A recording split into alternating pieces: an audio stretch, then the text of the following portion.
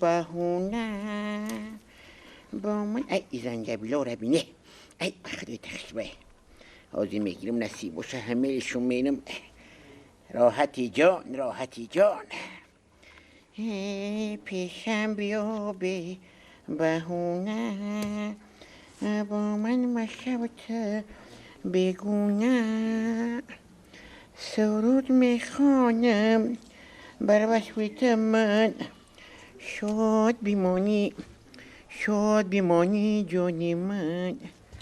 برم کو نه پروردگاره دوره شکره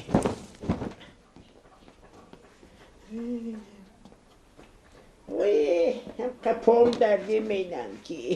یک جدا نمیشینی کمپیر ای خاک بیکار من بیکار گشتم میتونم یه بینی هر یک زنجبیل چیندم که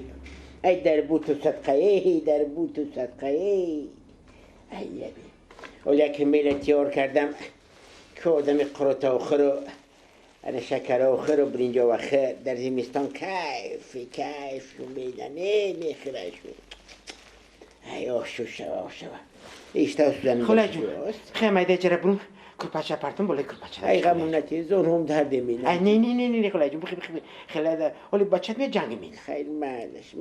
معلش صدقه جونت معلش بسم الله الرحمن الرحیم دردی در جایی خالیست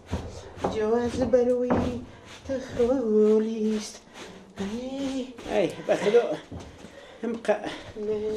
قزونوم دردی مینن کلی غمم دادی کرنی جون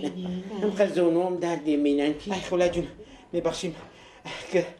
به همی چختیدم کرپاچو رو بتیم در جبه اندازم همی کرپاچو رو میگوی اینه یا خدا اینه من وی اینه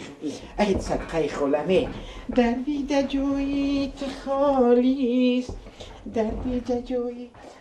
خالیست خوله جون میبخشی بچختید و همین چختم و کرپاچه دیمه براندازم